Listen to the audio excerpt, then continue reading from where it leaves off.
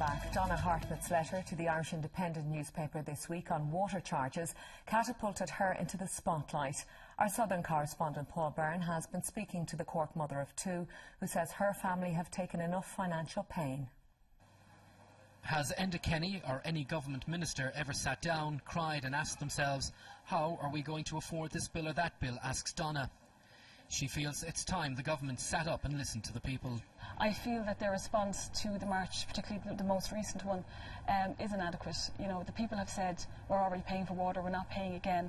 They've responded by saying, oh, you need clarity. We don't need clarity. We need you to speak up and acknowledge what we just said and communicate with us about it.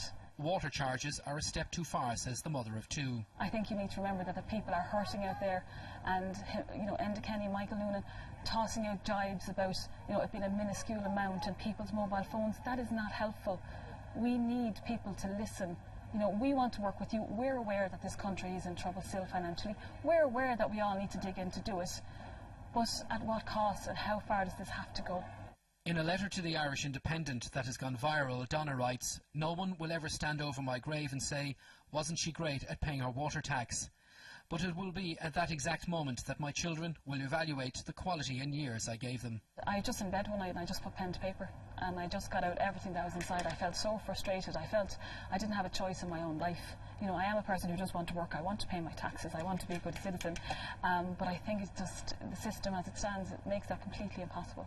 In the letter she also says the legacy of Bertie Ahern and Brian Cowan has resulted in her two children being raised in childcare centres like caged hens, while she and her husband worked hard to pay their way. We weren't happy. The children certainly weren't happy.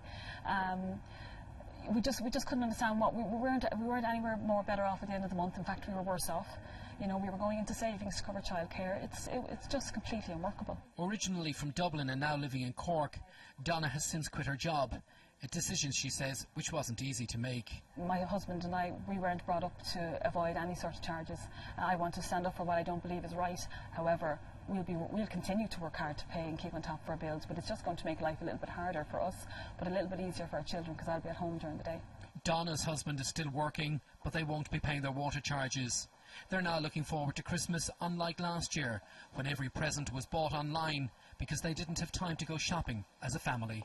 Paul Byrne, the 12:30 Cork.